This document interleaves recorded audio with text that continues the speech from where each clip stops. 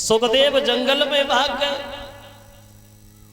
और इन सुखदेव ने जंगल में जाकर के भगवान की इतनी कठिन तपस्या की, वो तो जो इनकी तपस्या को देख करके देवताओं का राजा इंद्र भी घबरा गया। और इंद्र मन में विचार करता है, ये जरा सा बच्चा है, अगर इसकी तपस्या पूर्ण हो गई तो हमारी गद्दी चली जाएगी। तो उसने एक रंभा नाम की अप्सरा बुलाई और बोले, रंभा तुम जाओ और सुखदेव की आंखें तुम्हें खुलवानी है। कैसे खुलवानी है? तुम ही जानो। अब चली रंभा सुखदेव को डिगाने के लिए, जहां वर्षों से सुखदेव तपस्या में लीन है, चलिए वो रंभा चली है श्रृंगार सजा और वो रंभा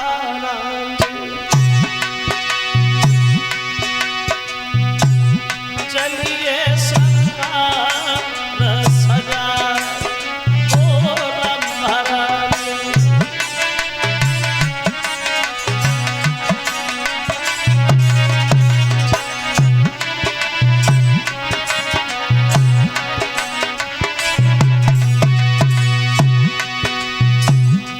कैसी सजी है रंभा, चंद सो मुखार में सो बहु कहीं न जाए, मृग जैसे लेना जा कोई रनियु सरम। चलिए रंभा, ए चलिए रंभा, सुखदेव जी रहे ते सोए, खोले दे के बारा ने कभी तरह को ले ले मोए, तने पठाई में तो भोग में को आई।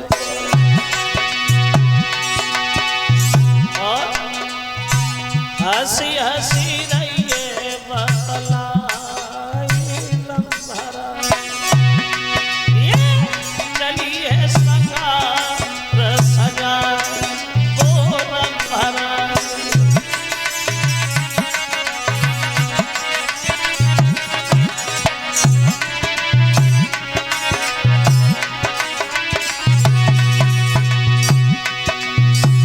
जो सुखदेव ने रंभा के ये गलत शब्द सुने तो सुखदेव रंभा से बोले, रंभा मेरी बात सुन।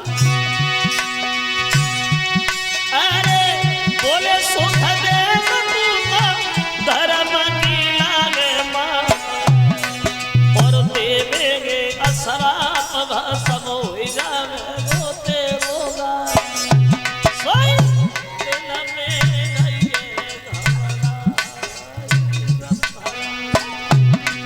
अरे चलिए श्रृंगार सजा वो रंभा।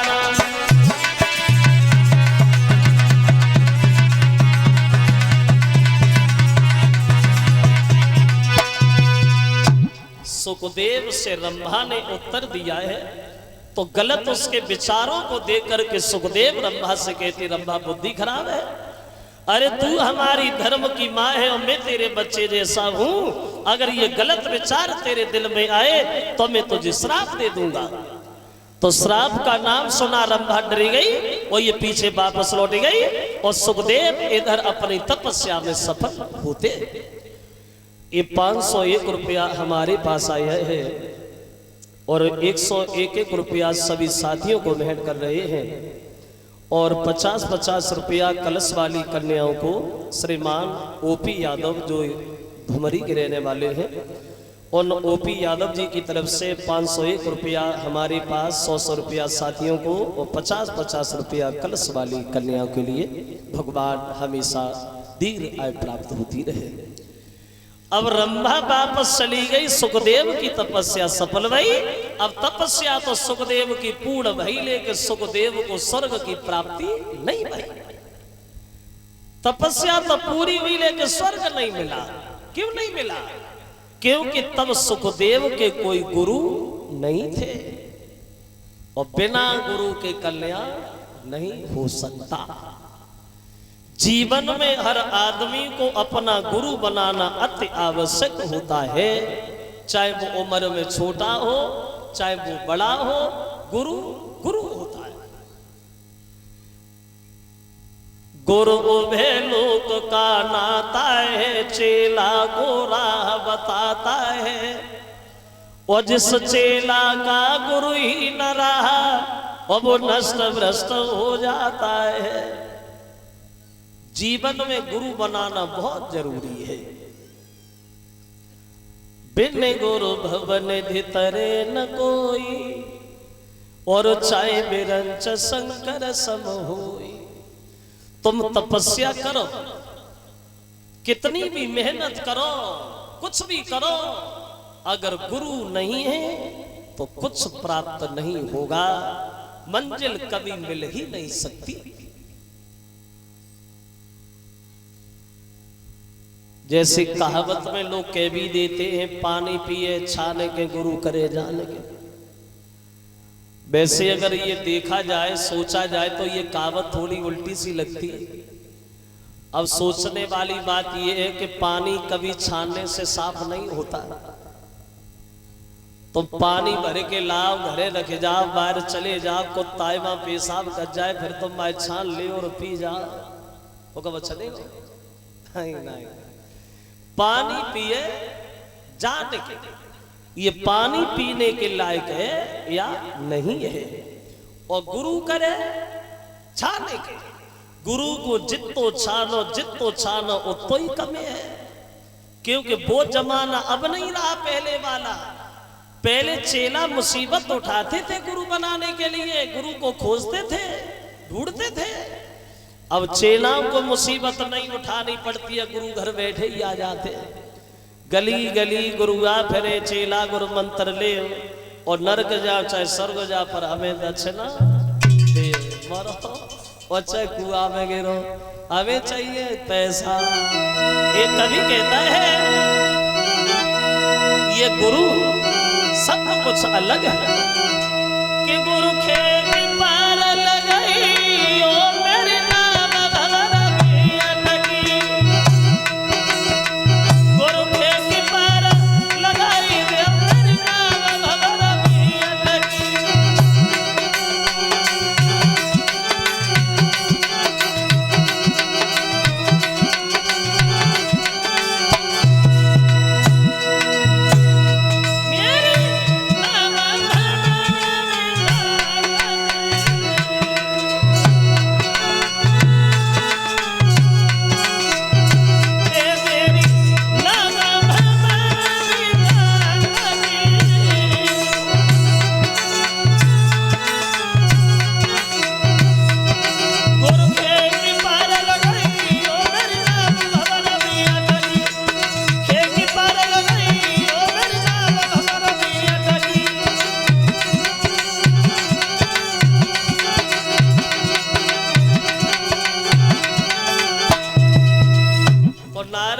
सुखदेव जी गुरु बना, तो बोले किने बनाए? बोले जनक को बना।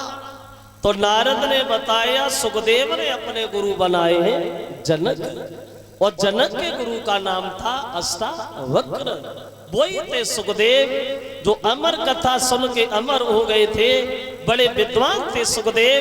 आज वह सुखदेव परीक्षित जी को कथा सुनाने के लिए तैयार होते हैं। गंगा के किनारे हरियर क्षेत्र में ऊंचे से सिंहासन पर बैठ करके बोले, सुनो महाराज, अब कथा सुनने के लिए बैठ तो गए हैं आप, लेकिन कथा सुनने के नियम पता है? तो परीक्षित जी बोले, महाराज क्या कथा सुनने के नियम होते होते? हर चीज के नियम, चलने के, हंसने के, रोने के, सोने के, खाने के, हर चीज के नियम। क्या नियम है कथा सुनने के? बोले सुनो, भगवान की कथा में जब भी बैठो, भगवान की कथा में जब भी बैठो, चाहे पूरे दिन बैठो, चाहे थोड़ी देर बैठो, लेकिन जब भी बैठो तो कुछ बातें हमेशा याद रखना। क्या? तो बोले सुनो, तो हर कीर्तन में बैठते समय वो कुछ ऊंच नीच का ध्यान हो।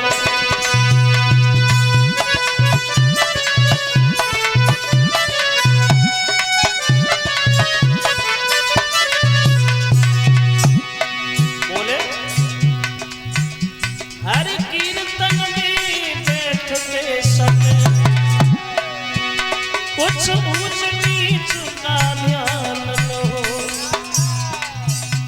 अपने घर का अपने बल का, अपने घर का अपने बल का, अपने धन का अभिमान।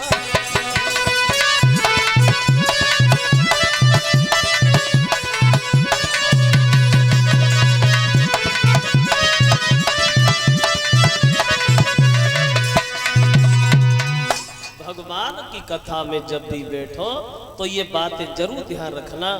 हर कीर्तन में बैठते समय कुछ ऊंच नीच का ध्यान न हो, अपने घर का अपने बल का और अपने धन का अभिमान न हो।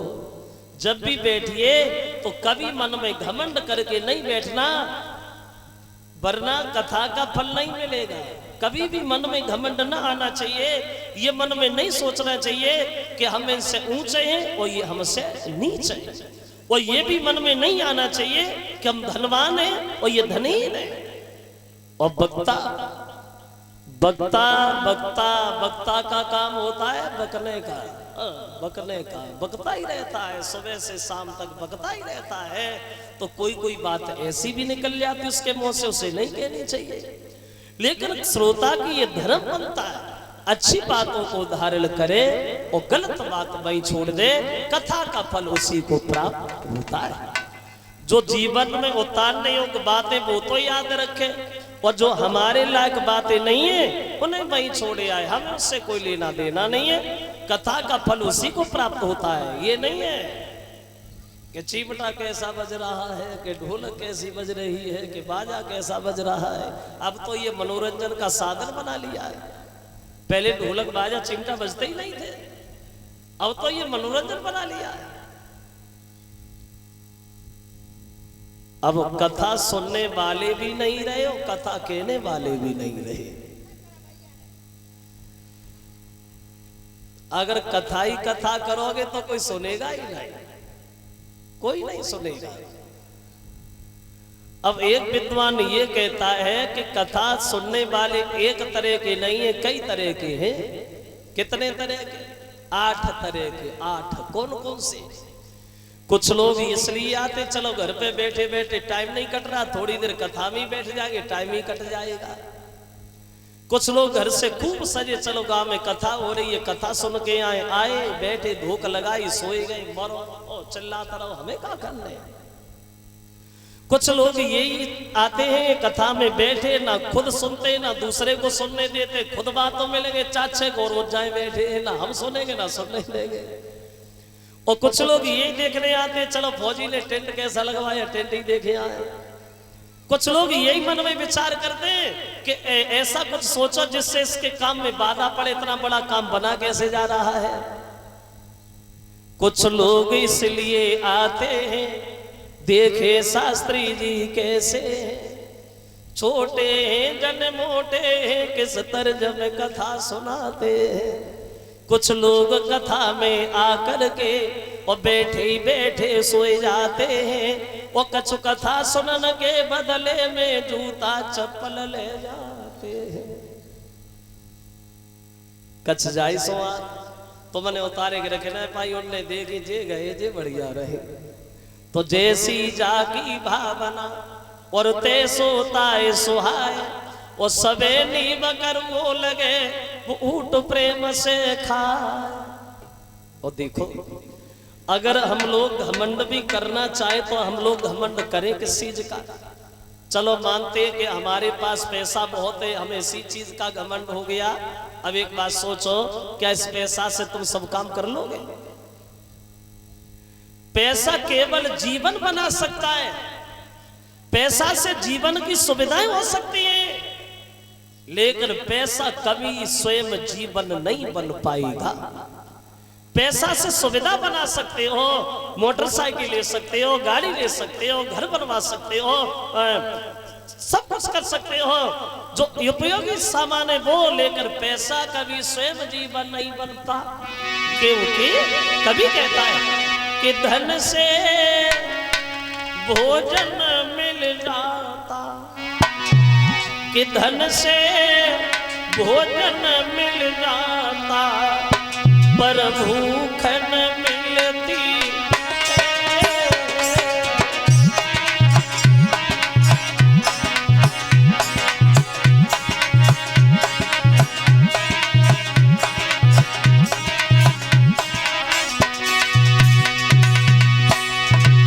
जरा गौर करें, धन से भोजन मिल जाता पर भूख न मिलती है, और धन से बिस्तर मिल जावे पर नींद न मिलती है।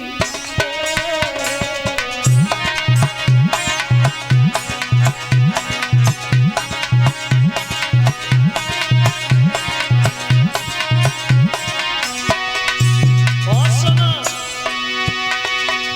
धन से बंदूक मिल जाती हिम्मत नहीं मिलती। एक ने 4 खरीद ला, तो इधर लटका तो उधर लटका, लेकिन हिम्मत कहीं परचूनी की दुकान पे नहीं मिलेगी। अगर किसी दिन मौका लग गया तो खेत में डाल के भागना पड़ेगा। धन से बंदूक मिल जाती हिम्मत नहीं मिलती है, और धन से औरत मिल जावे ब्याह कल्ला। अगर ब्याह ना होए उधर बिहार में चले जाओ, नहीं कसवाएला, लेकिन धन से औरत मिल जावे धर्म पत्नी न मिलती।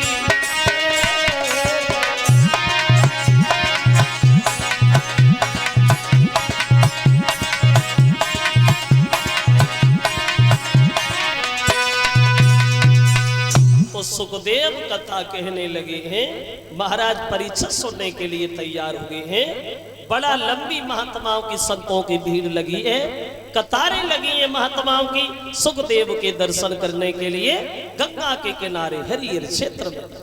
बोलिए भक्तवत्सल भगवान की। अब आप एक लाल का छोटा सा कीर्तन हो जाए धीरे धीरे, सब लोग बोलेंगे ताली बजाते हुए।